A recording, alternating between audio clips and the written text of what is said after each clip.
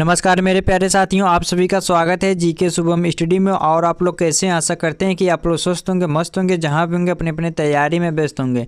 दोस्तों आज हम लोग बात करने वाले रेलवे एनटीपीसी से संबंधित जीके जीएस ऐसे क्वेश्चन जो कि एग्जाम की दृष्टि से देखा जाए काफ़ी इंपॉर्टेंट क्वेश्चन है और कई वर्षों से एग्जाम में भी लगातार पूछा जा रहा है। आप लोग से एक निवेदन है कि वीडियो को एंड तक जरूर देखिएगा। यदि आप लोग चैनल पर नए हो तो चैनल को सब्सक्राइब जरूर कर लें। तो चलिए बिना देर के स्टार्ट करते हैं। आज का पहला क्वेश्चन है, भारत में आर्थिक सुधारों की प्रक्रिया कब शुरू हुई थी? तो दोस्तों भारत में आर्थिक सुधारों की प्रक्रिया कब शुरू हुई थी? आपका ऑप्शन है 1985, 1951, 1955 या फिर 2000। तो याद रखिएगा आपका राइट आंसर जाएगा ऑप्शन बी 1951। तो 1951 ईस्वी में भारत में आर्थिक सुधारों की प्रक्रिया शुरू किया गया था। तो याद रखिएगा दोस्तों ऑप्शन बी को लॉक कर लेते हैं।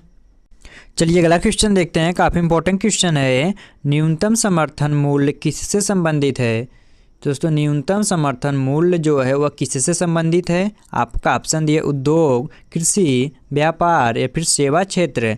तो याद रखिएगा आपका राइट आंसर जाएगा ऑप्शन बी कृषि। तो कृषि जो है वो न्यूनतम समर्थन मूल्य से संबंधित है। तो याद रखिएगा ऑप्शन बी को लॉक कर लेते हैं। चलिए अगला क्वेश्चन देखते हैं, काफ़ी इंपॉर्टेंट क्वेश्चन है, इसको ध्यान से देखिएगा साथियों। विकास दर को मापने के लिए कौन सा सूचकांक उपयोग किया जाता है? तो आपका ऑप्शन है सकल घरेलू उत्पाद, उपभोक्ता मूल्य सूचकांक, थोक मूल्य सूचकांक या फिर मानव विकास सूचकांक। तो याद रखिएगा आपका राइट आंसर जाएगा ऑप्शन है सकल घरेलू उत्पाद। तो विकास दर को मापने के लिए सकल घरेलू उत्पाद सूचकांक का उपयोग किया जाता है। तो याद रखिएगा दोस्तों ऑप्शन ए को लॉक कर लेते हैं। चलिए अगला क्वेश्चन देखते हैं, भारत में सकल घरेलू उत्पाद की गणना कौन करता है? दोस्तों जो भारत में सकल घरेलू उत्पाद है उसकी गणना कौन करता है उसी को आपको बताना है। आपका ऑप्शन दी भारतीय रिजर्व बैंक, वित्त मंत्रालय, राष्ट्रीय सांख्यिकी कार्यालय या फिर नीति आयोग। तो याद रखिएगा आपका राइट आंसर जाएगा ऑप्शन सी राष्ट्रीय सांख्यिकी कार्यालय। तो भारत में सकल घरेलू उत्पाद की गणना राष्ट्रीय सांख्यिकी कार्यालय के द्वारा किया जाता है। तो याद रखिएगा दोस्तों ऑप्शन सी को लॉक कर लेते हैं। चलिए अगला क्वेश्चन देखते हैं दोस्तों। यदि दोस्तों आप लोग को पहले से किसी भी क्वेश्चन का आंसर पता हो तो आप सब उसका जवाब कमेंट बॉक्स में ज़रूर दीजिएगा। तो भारत में पहला 5 वर्षीय योजना कब शुरू हुआ?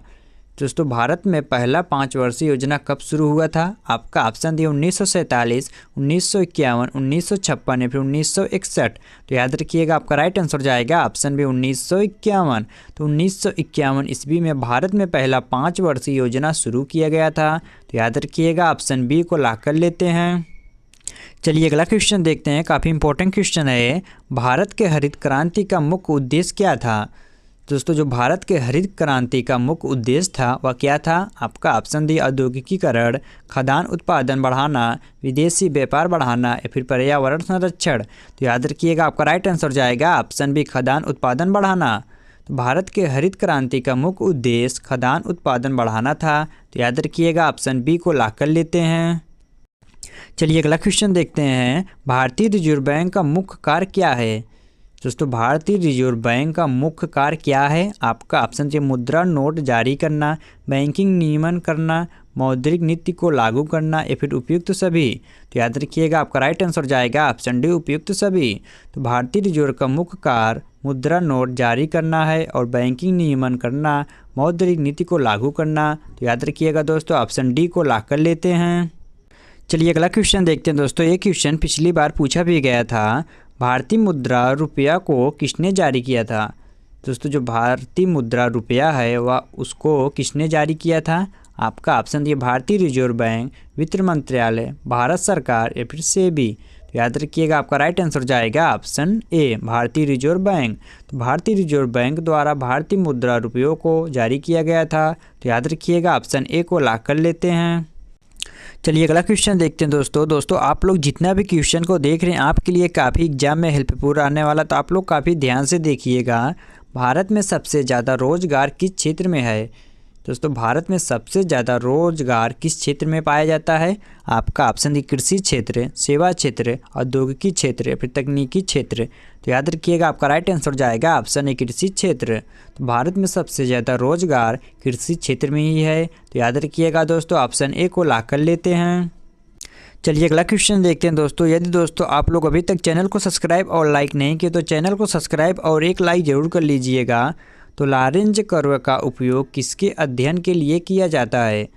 दोस्तों जो लॉरेंज कर्व है उसका उपयोग किसके अध्ययन के लिए किया जाता है? आपका ऑप्शन दिए व्यापार घाटा, आय असमानता, मुद्रास्फीति या फिर निवेश प्रवाह। तो याद रखिएगा आपका राइट आंसर जाएगा ऑप्शन बी, आय असमानता। तो आय असमानता लॉरेंज कर्व का उपयोग आय असमानता के लिए किया जाता है। तो याद रखिएगा दोस्तों ऑप्शन बी को लॉक कर लेते हैं। चलिए अगला क्वेश्चन देखते हैं। भारत में जीएसटी कब लागू किया गया था? दोस्तों भारत में जीएसटी कब लागू किया गया था? यदि आप लोग को पता तो आप लोग इनका जवाब कमेंट बॉक्स में ज़रूर दीजिएगा। तो आपका ऑप्शन दिया 1 जुलाई 2016, 1 जुलाई 2017, 1 जुलाई 2018 या फिर 1 जुलाई 2019। तो याद रखिएगा आपका राइट आंसर जाएगा ऑप्शन बी, 1 जुलाई 2017। तो 1 जुलाई 2017 को भारत में जीएसटी लागू किया गया था। तो याद रखिएगा दोस्तों ऑप्शन बी को लॉक कर लेते हैं। चलिए अगला क्वेश्चन देखते हैं। काफ़ी इंपॉर्टेंट क्वेश्चन है। भारत में मुद्रास्फीति को मापने के लिए कौन सा सूचकांक उपयोग किया जाता है? आपका ऑप्शन दी उपभोक्ता मूल्य सूचकांक, थोक मूल्य सूचकांक, औद्योगिक उत्पादन सूचकांक या फिर व्यापार संतुलन। तो याद रखिएगा आपका राइट आंसर जाएगा ऑप्शन है उपभोक्ता मूल्य सूचकांक। तो भारत में मुद्रास्फीति को मापने के लिए उपभोक्ता मूल्य सूचकांक का उपयोग किया जाता है। तो याद रखिएगा ऑप्शन ए को लॉक कर लेते हैं। चलिए अगला क्वेश्चन देखते हैं दोस्तों। एक क्वेश्चन एग्जाम में हर बार पूछा जाता है, इसको ध्यान से देखिएगा दोस्तों। किस सेक्टर को भारतीय अर्थव्यवस्था की रीढ़ कहा जाता है? दोस्तों किस सेक्टर को भारतीय अर्थव्यवस्था की रीढ़ कहा जाता है? आपका ऑप्शन दिया उद्योग, सेवा, कृषि या फिर निर्यात। तो याद रखिएगा आपका राइट आंसर जाएगा ऑप्शन सी, कृषि। तो कृषि सेक्टर को भारतीय अर्थव्यवस्था को रीढ़ कहा जाता है। तो याद रखिएगा दोस्तों ऑप्शन सी को लॉक कर लेते हैं। चलिए अगला क्वेश्चन देखते हैं। सेबी का मुख्य उद्देश्य क्या है? दोस्तों जो सेबी है उसका मुख्य उद्देश्य क्या है? आपका ऑप्शन है शेयर बाजार को नियंत्रित करना, मुद्रा वितरण करना, विदेशी व्यापार को बढ़ावा देना या फिर औद्योगिक विकास को बढ़ावा देना। तो याद रखिएगा दोस्तों आपका राइट आंसर जाएगा ऑप्शन है शेयर बाजार को नियंत्रित करना। तो सेबी का मुख्य उद्देश्य शेयर बाजार को नियंत्रित करना ही है। तो याद रखिएगा ऑप्शन ए को लॉक कर लेते हैं। चलिए अगला क्वेश्चन देखते हैं दोस्तों। मिशन इंद्रधनुष किस क्षेत्र से संबंधित है? दोस्तों जो मिशन इंद्रधनुष है वह किस क्षेत्र से संबंधित है? आपका ऑप्शन दिए बैंकिंग, स्वास्थ्य, शिक्षा या फिर कृषि। तो याद रखिएगा आपका राइट आंसर जाएगा ऑप्शन बी, स्वास्थ्य। तो स्वास्थ्य मिशन इंद्रधनुष क्षेत्र से संबंधित है। तो याद रखिएगा दोस्तों ऑप्शन बी को लॉक कर लेते हैं। चलिए अगला क्वेश्चन देखते हैं। काफ़ी इंपॉर्टेंट क्वेश्चन है। भारत में सकल राष्ट्रीय उत्पाद को किस मापा जाता है? दोस्तों भारत में सकल राष्ट्रीय उत्पाद को किससे मापा जाता है? आपका ऑप्शन देखिए देश के भीतर की सभी सेवाओं का उत्पादन, देश के नागरिकों का कुल उत्पादन, देश के सभी उद्योगों का उत्पादन या फिर केवल कृषि उत्पादन। तो याद रखिएगा आपका राइट आंसर जाएगा ऑप्शन बी, देश के नागरिकों का कुल उत्पादन। तो भारत में सकल राष्ट्रीय उत्पाद को देश के नागरिकों का कुल उत्पादन से मापा जाता है। तो याद रखिएगा दोस्तों ऑप्शन बी को लॉक कर लेते हैं। चलिए अगला क्वेश्चन देखते हैं। ब्लू रेवोल्यूशन किससे संबंधित है? दोस्तों जो ब्लू रेवोल्यूशन है वह किससे संबंधित है? आपका ऑप्शन दिए डेयरी उत्पादन, मछली उत्पादन, जल संरक्षण या फिर कृषि। तो याद रखिएगा आपका राइट आंसर जाएगा ऑप्शन बी, मछली उत्पादन। तो मछली उत्पादन से ब्लू रेवोल्यूशन संबंधित है। तो याद रखिएगा दोस्तों ऑप्शन बी को लॉक कर लेते हैं। चलिए अगला क्वेश्चन देखते हैं। मुद्रा बैंक योजना का उद्देश्य क्या है? तो मुद्रा बैंक योजना का उद्देश्य क्या है? आपका ऑप्शन दिया छोटे उद्योगों को वित्तीय सहायता, बड़े उद्योगों का विकास, ग्रामीण बैंकों में सुधार या फिर शिक्षा का विकास। तो याद रखिएगा आपका राइट आंसर जाएगा ऑप्शन है छोटे उद्योगों को वित्तीय सहायता। तो मुद्रा बैंक योजना का उद्देश्य यह है छोटे उद्योगों को वित्तीय सहायता देना। तो याद रखिएगा दोस्तों ऑप्शन ए को लॉक कर लेते हैं। चलिए अगला क्वेश्चन देखते हैं दोस्तों। काफ़ी इंपॉर्टेंट क्वेश्चन है, इसको ध्यान से देखिएगा। ये क्वेश्चन इस बार पूछा भी जा सकता है। आधुनिक भारतीय अर्थव्यवस्था का संस्थापक किसे माना जाता है? दोस्तों जो आधुनिक भारतीय अर्थव्यवस्था का संस्थापक है वह किसे माना जाता है? आपका ऑप्शन ये पंडित जवाहरलाल नेहरू, जयशंकर प्रसाद, दादा भाई नौरोजी या फिर डॉक्टर मनमोहन सिंह। तो याद रखिएगा आपका राइट आंसर जाएगा ऑप्शन सी, दादा भाई नौरोजी। तो आधुनिक भारतीय अर्थव्यवस्था का संस्थापक दादा भाई नौरोजी को माना जाता है। तो याद रखिएगा दोस्तों ऑप्शन सी को लॉक कर लेते हैं। चलिए अगला क्वेश्चन देखते हैं, भारत में दूसरी हरित क्रांति का मुख्य उद्देश्य क्या है। तो दोस्तों भारत में दूसरी हरित क्रांति का मुख्य उद्देश्य क्या है।